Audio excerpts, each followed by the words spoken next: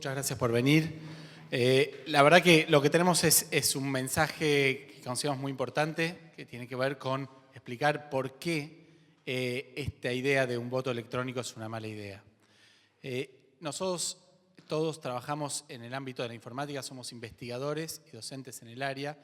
En particular, mi área de especialidad es entender y descubrir errores en software, en particular errores que, entre otras cosas, pueden ser utilizados para vulnerabilidades. Una cosa que yo aprendí, que la disciplina entera sabe, es que los sistemas informáticos son inherentemente inseguros. ¿Qué significa esto? Que es imposible construir un software, un sistema informático libre de errores si ese software hace algo de mínimo interés. Esto es imposible desde lo práctico y en muchos casos, dependiendo de los requerimientos, desde lo matemático. En particular, esto es el caso para sistemas informáticos para el voto electrónico.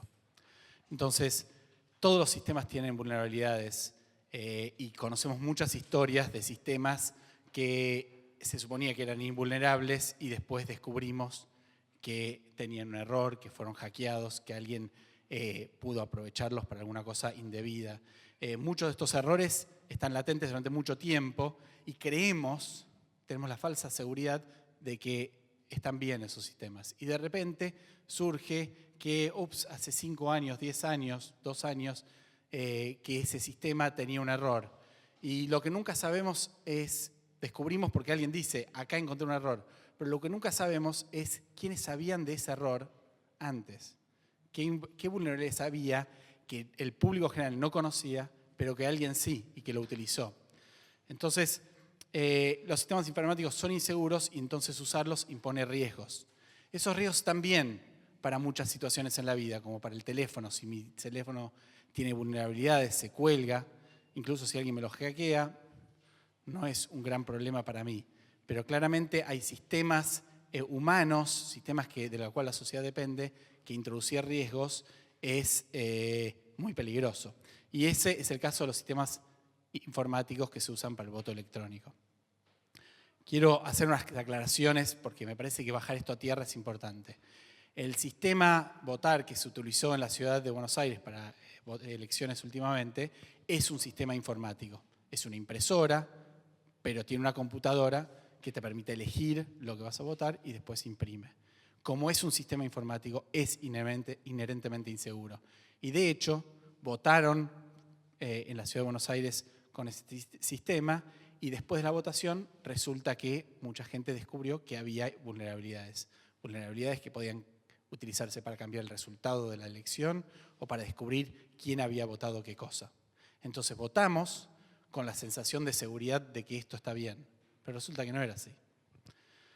Entonces, las impresoras, incluso porque parece que una impresora es un sistema tan inocuo, ¿qué maldad puede hacer una impresora? Pero una impresora tiene memoria, tiene un procesador, entonces como tal tiene la capacidad de computar y por lo tanto es insegura. Puede acordarse, por ejemplo, el orden en que se hicieron los votos. Y eso, si yo conozco quién votó en qué orden, puedo saber. Entonces, se viola uno de los principios fundamentales del sistema democrático, que es el voto secreto, ¿no? Hay una cosa muy importante para entender con el voto electrónico, que es el impacto de un problema que puede tener un sistema informático versus un sistema manual. Todos sabemos que el sistema manual que utilizamos a diario tiene problemas y tiene vulnerabilidades. Pero, por ejemplo, un ejemplo citado comúnmente es faltan boletas en un cuarto oscuro. Y esto es algo que no debería pasar y tenemos que cambiar el mecanismo para garantizar que estas cosas no pasen o minimizarlas, por lo menos lo máximo posible. Pero un error en el sistema informático, un error en la computadora que se va a sentar en cada cuarto oscuro, significa que toda la elección está comprometida. El impacto de esto, evidentemente, es otro. Entonces, un error en el sistema manual afecta a una urna. Un error, entre comillas, porque puede ser voluntario o involuntario, en un sistema informático puede comprometer el resultado total de la elección o la anonimicidad total de los votos emitidos. Hay otro punto importante que quería recalcar antes de pasarle el micrófono a los demás de la mesa, es el tema de la auditabilidad. Es decir, una de las características fundamentales del proceso de elecciones es que podamos confiar en que el resultado es el que debería ser. Y para eso tenemos que entender cómo se hace el voto, cómo se recuenta. Ahora, ¿cómo se audita un software? Bueno, no les voy a explicar acá porque es realmente verdaderamente muy complicado y requiere mucho expertise. Y la pregunta es, ¿cuántos de los 40 millones de argentinos van a poder tener confianza en que el sistema de voto electrónico que están usando es de confiar, de alguna manera? Bueno, muy pocos. A mí me parece que ceder el derecho de poder auditar el sistema de elecciones y concedérselo a un grupo muy pequeño de expertos es un riesgo enorme y es una cesión de derechos, ¿no? Imagínense, ahí tengo una foto del manual de capacitación para autoridades de mesa, que le explica lo que tiene que hacer a una autoridad de mesa cuando tiene que cumplir su labor. ¿Qué es lo que va a decir ese manual cuando la autoridad de mesa reciba una computadora que tiene que poner en el cuarto oscuro? Es decir, chequee que esté bien, que no le hayan hackeado la computadora, que no hayan adulterado el software, que no le hayan hecho un cambio al hardware. La logística simplemente de eso ya muestra que tener certezas sobre el sistema que estaríamos poniendo en el cuarto oscuro es imposible. El que dice que tiene un sistema seguro no sabe lo que está diciendo o está mintiendo. Sabemos que no es posible construir un sistema informático que cumpla estas tres características: que preserve el secreto del voto, que preserve la integridad del resultado, que lo que emite como resultado efectivamente es, y que sea auditable el resultado, que pueda explicar cómo llegó al resultado que llegó, para poder demostrar que no está haciendo trampa. Entonces, creo que con esta corta intervención lo que quiero haberles dejado claro es que los sistemas son inseguros, que no se puede hacer un sistema seguro, que eso compromete necesariamente, introduce un riesgo y compromete necesariamente algunas de las propiedades fundamentales que queremos del sistema de elecciones, y que además el riesgo de tener una vulnerabilidad en uno de estos tipos de sistemas impacta sobre todo el acto eleccionario, con lo cual dejamos de tener confianza no en una urna, sino en todas. Bueno, así que estas son las cosas que quería decir y le voy a pasar el micrófono a mis colegas. Bueno, buenos días, buenas tardes. Por ahí, abundar un poco las cosas que decía Sebastián y tratar de marcar 2 o 3 cuestiones más. El tema del software y de la necesidad de que las autoridades de mesa, los fiscales, tengan una capacidad que no tenemos en realidad casi ninguno, para poder asegurar que el sistema electoral funcione bien.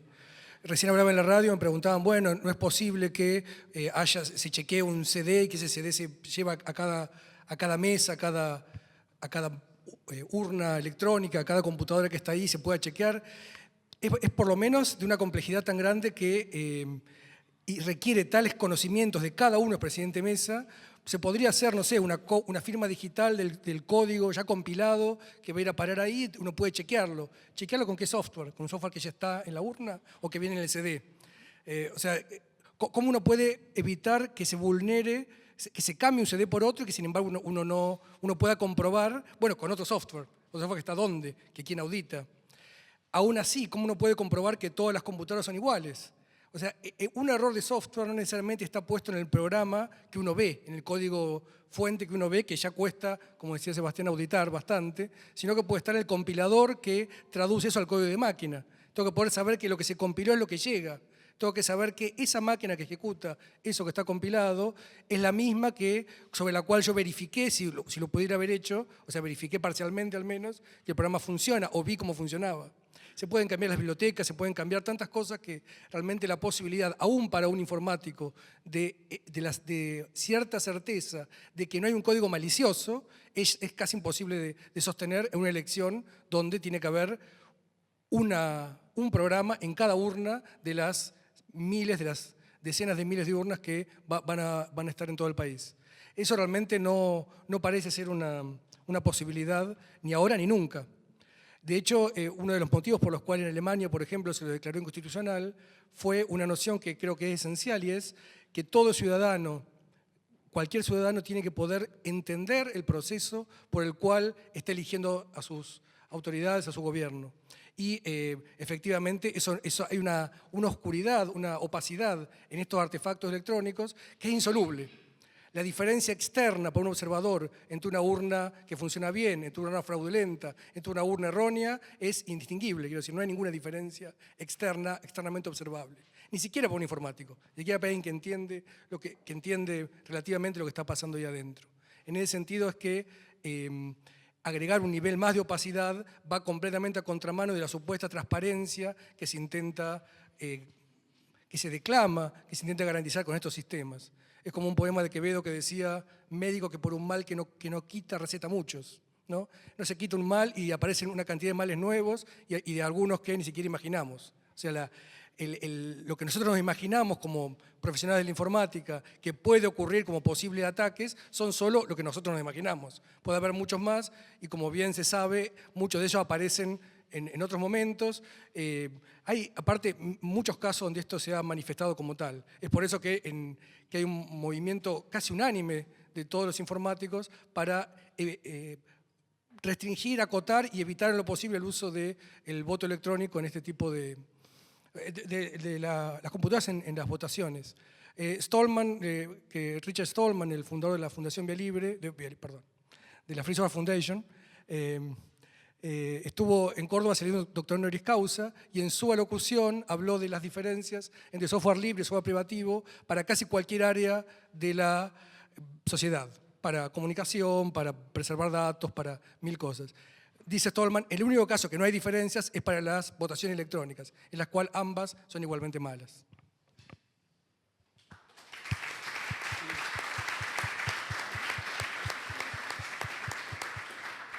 Yo soy Marcelo Arroyo, de la Universidad Nacional de Río Cuarto, también del Departamento de Computación. Cuando uno ve las propuestas como estas en la Argentina, creo que recibimos muchísima información un poco confusa porque hasta de un lado se nos dice una cosa, de otro lado se dice otra. Recibimos mensajes como el sistema propuesto no es un sistema de voto electrónico, por ejemplo.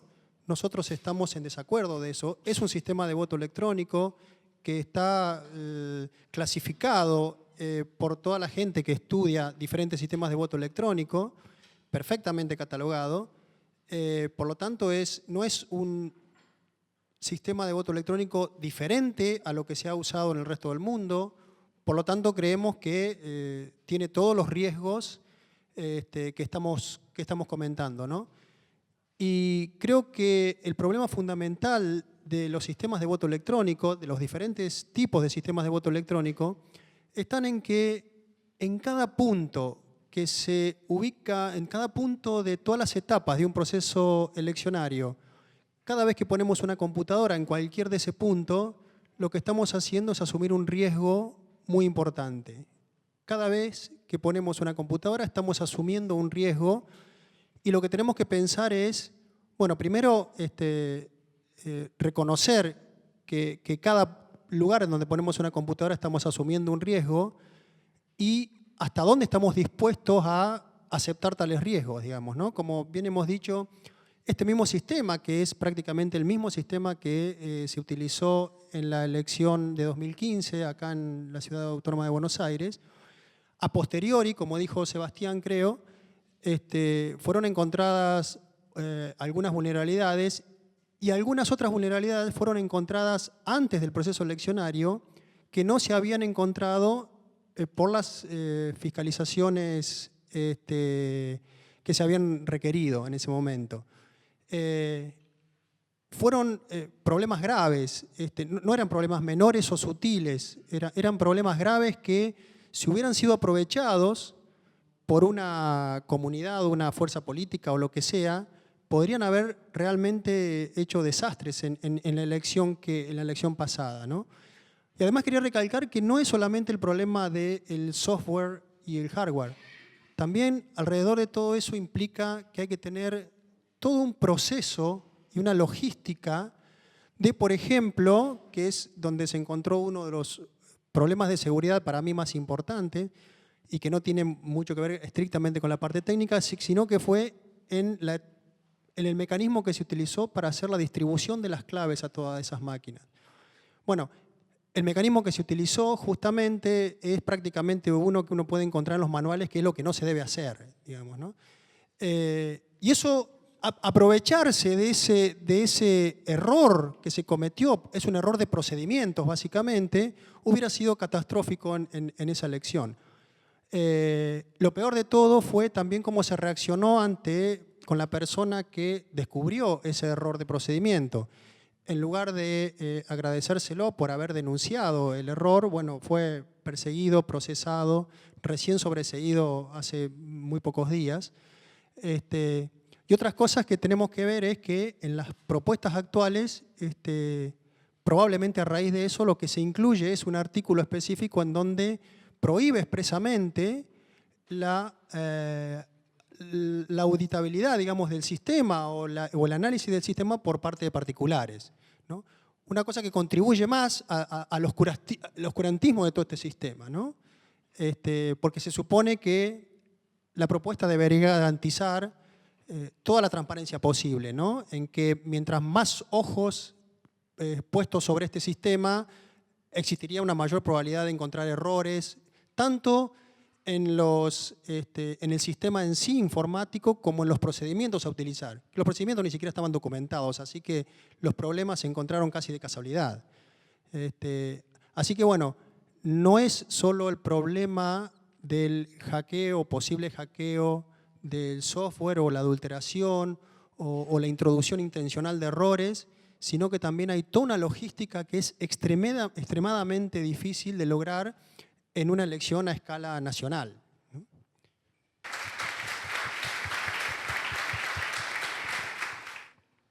Bueno, mis compañeros ya han hablado bastante bien, no me queda mucho para decir, pero yo quería remarcar un poco lo que ha hecho Javier con un ejemplo concreto y con un riesgo concreto que tiene la sociedad al asumir, al incorporar tecnología en el momento de votar, y que tiene que ver con lo que decía Javier de que una persona empieza a dejar de entender todos los pasos involucrados en el proceso de emitir un voto, y eso tiene un riesgo concreto, y es que puede ser engañada, ¿sí?, o coaccionada respecto del derecho de voto secreto.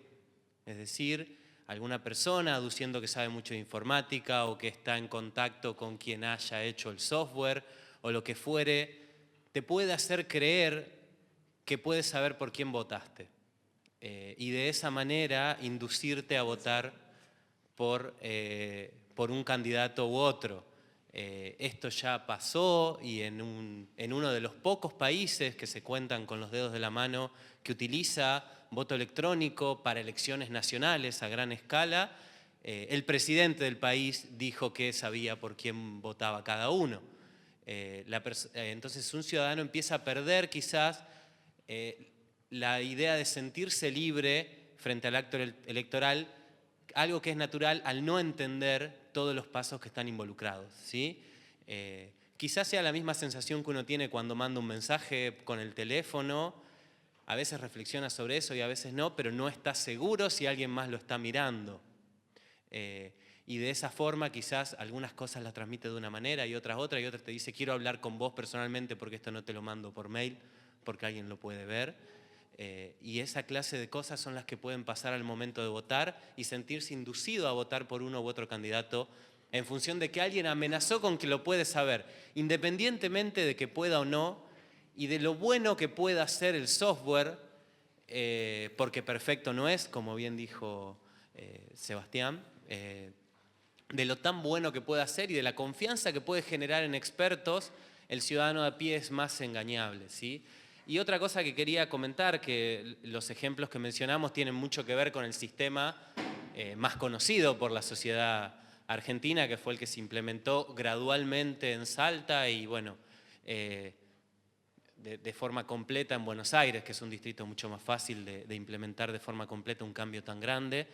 Que no está centrado, obviamente, las críticas solo en ese proceso, como bien dijo Sebastián, es un software y necesariamente iban a surgir vulnerabilidades, tiene que ver con que algunas fueron más evidentes que otras o que algunos procedimientos no estuvieron bien pensados. Pero más allá de eso, el riesgo más grande es que estamos seguros que esas no son todas las vulnerabilidades que tiene ese sistema y que seguramente con el tiempo se irán descubriendo más. Sí, yo hoy charlaba con un compañero de ustedes, cada cuánto actualizan su computadora porque se ha detectado errores de seguridad o fallos de seguridad y demás, y tienen que actualizar su sistema operativo de preferencia, ¿no? Bueno, estos programas corren sobre un sistema operativo que probablemente tenga las mismas deficiencias de seguridad, y entonces es importante notar que aunque lo que uno produzca esté auditado por expertos y demás, todavía puede haber errores en todo lo que está alrededor, ¿no? Javier hablaba de bibliotecas, toda la parte que interactúa por la pantalla y el sistema operativo en sí mismo. Así que nuestras objeciones aplican a cualquier sistema donde esto pueda ocurrir. Y bueno, por último hay alternativas, ¿no? O sea, uno dice, bueno, implemento tecnología porque no me queda otra. A mí me gusta comunicarme en tiempo real con una persona que está en Rusia y no quiero perder ese privilegio, aunque sepa que a lo mejor alguien me está espiando. Pero para votar hay alternativas y basta con mirar lo que se hace en el resto del mundo para evitar que, por ejemplo, falten boletas o demás. Hay opciones de boleta única papel y hay opciones, como decía Marcelo, de una vez que termina la elección, sí, a lo mejor incorporar tecnología para asistir al conteo y bueno, y toda esa urgencia porque los resultados estén inmediatamente, se puede obtener muy buenas garantías, pero en el paso de la emisión del voto nosotros estamos convencidos que no es una buena idea incorporar tecnología.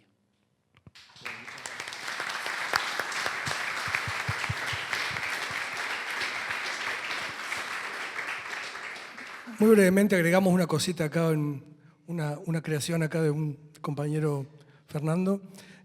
Acá vemos una inocua y nostálgica boleta del partido que, ¿no fue el que creó Lisandro Latorre, el demócrata progresista? Sí. Él lo creó, digamos, después, bueno, se fue transformando en alguna otra cosa. Y acá tenemos una inocente boleta, pero que en lugar de ser las boletas de papel usuales de las mesas, fue una boleta impresa.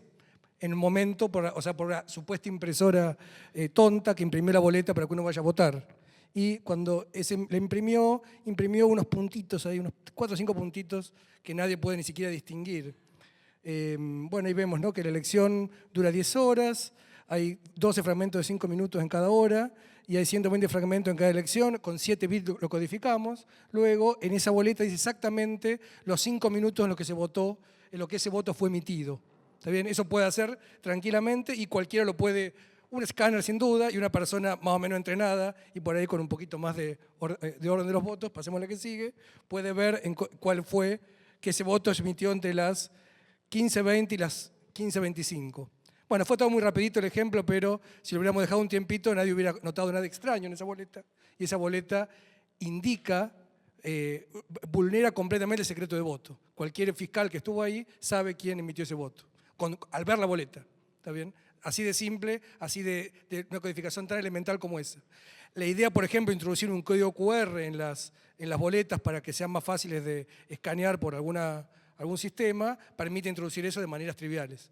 O sea que la impresora misma, si bien el conteo manual podría eliminar o minimizar el problema del fraude por integridad de los votos, el secreto de voto es fácilmente vulnerable, como ese ejemplo puede mostrar. Bueno, las impresoras no son tan inocentes, entonces. Bueno, quería simplemente que teníamos un video de Claudio Baucheret de la Universidad del Comahue, que no pudo finalmente venir, entonces nos grabó un pequeño mensaje. Hola, soy Claudio Baucheret de la Facultad de Informática de la Universidad Nacional del Comahue. Adherimos plenamente a este pedido a nuestros senadores de no permitir el uso de dispositivos electrónicos en la emisión de voto. Nosotros como informáticos tenemos la responsabilidad de decir claramente que no hay forma práctica de garantizar y fiscalizar que el software utilizado en el momento de la elección no ha sido modificado. Cualquier dispositivo electrónico entre el ciudadano y su voto oscurece y pone en duda su elección y pone en peligro el secreto del mismo. La más simple duda de que el voto no sea secreto ya condiciona fatalmente la democracia y nos puede llevar a los tiempos de fraude en Argentina anterior a la ley Sáenz Peña. La transparencia y confiabilidad en el proceso eleccionario se logra en la dirección contraria. Votar con un lápiz en una boleta única de papel es toda la tecnología que se necesita para corregir la debilidad del sistema actual de votación. Esperemos que el Congreso de la Nación tenga en cuenta estas opiniones. Como representantes de la provincia, los senadores deben resguardar el procedimiento democrático que les da legitimidad, cuidando los principios del voto secreto y universal. Un saludo a todos los colegas de la universidad. Quería consultarles lo siguiente. Hasta ahora, según trascendió en el Senado de la Nación, estarían llegando a una especie de consenso, están discutiendo hacerle cambios al proyecto que viene aprobado de diputados, pero hasta ahora lo que trasciende es que la salida que parecen encontrar los senadores pasa por simplemente quitar el chip que tiene la boleta electrónica, suponiendo que con eso mejora mucho la confiabilidad del sistema, etc. Quería conocer su opinión, digamos, cuántos grados de seguridad logra esto, si esto es útil, o bueno, no cambia demasiado. En mi opinión, es una mejora, es decir, reduce los riesgos sacar el chip, pero igualmente el sistema sigue representando un riesgo grande. El ejemplo de la boleta que estábamos viendo antes es exactamente eso, esos son los riesgos. La pregunta que yo hago es, ¿qué problema estamos tratando de resolver con el sistema actual y qué riesgos estamos introduciendo con un nuevo sistema? No veo que estemos resolviendo un problema serio y veo que estamos introduciendo un problema serio, que es la pérdida de la confidencialidad del voto, ¿no? Del voto secreto. Así que me parece que sigue siendo una mala idea. Solo decir que me parece que van mejorando el sistema, si lo siguen mejorando, van a llegar al voto en papel y urna de cartón. Vamos por ello.